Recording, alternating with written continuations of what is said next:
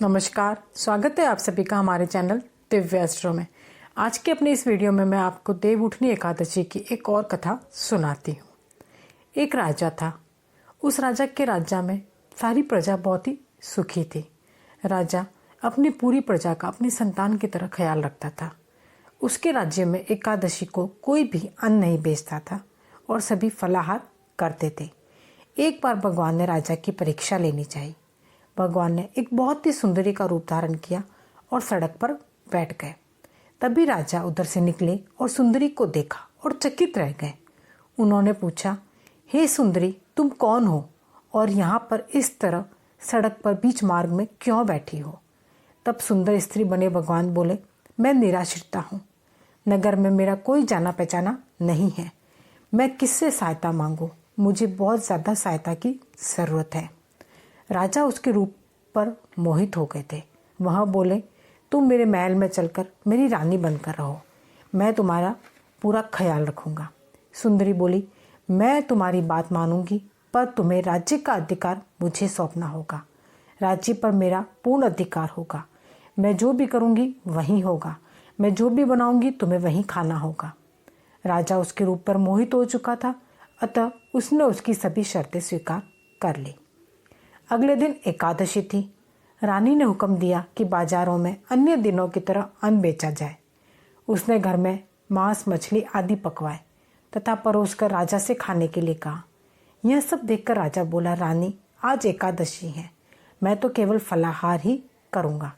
तब रानी ने शर्त की याद दिलाई और बोली, या तो खाना खाओ, नहीं तो मैं बड़े राजकुमार का सिर काट लूँगी। राजा ने अपनी स्थिति बड़ी रानी से कही तो वह बोली, महाराज, धर्म मत छोड़ो, बड़े राजकुमार का सिर दे दो। राजकुमार का सिर कटता है तो कुछ और कटता, लेकिन धर्म से नहीं विमुख होना चाहिए। पुत्र तो फिर मिल जाएगा, लेकिन धर्म जब एक बार अगर अपने रास्ते से भटक गया तो वह दोबारा कभी नहीं मिलेगा। इसी दौरान बड़ा राजकुमार खेलकर आ गया। माँ की आंखों में आंसू देखकर उसने रोने का कारण पूछा तो माँ ने उसे सारी वस्तु स्थिति बता दी।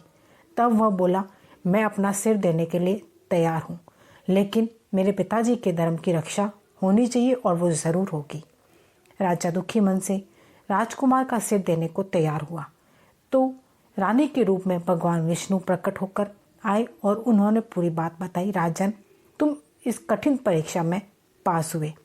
भगवान ने प्रसन्न मन से राजा से वर मांगने को कहा तो राजा बोला, आपका दिया सब कुछ है मेरे पास, आप बस हमारा उद्धार करें। उसी समय वहाँ पर एक विमान उतरा। राजा ने अपना राज्य पुत्र को सौंप दिया और विमान में बैठकर परम धाम को चला गया। तो देखिए, हमें हमारे धर्म से कभी भी विमुख नहीं होना चाहिए, ये इस कहानी में बताया गया है। और वाकई यदि आप धर्म के रास्ते पर चलते हैं तो आपको अपने जीवन में कभी भी किसी भी तरह की परेशानियों का सामना करना नहीं पड़ता है।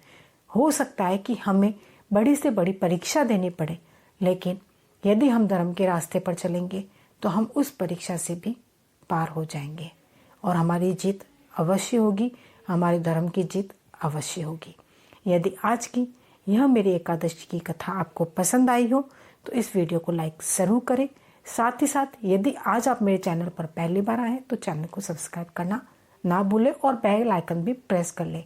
आपको मेरे इस चैनल पर बहुत तरह के वीडियोस देखने को मिलेंगे। आप जाकर प्लेलिस्ट में चेक कर सकते हैं, जिसमें ज्योतिष, वास्तु से संबंधित जानकारी, साथ ही साथ सभी तरह के व्रत से संबंधित जानकारी मिलेगी। धन्यवाद।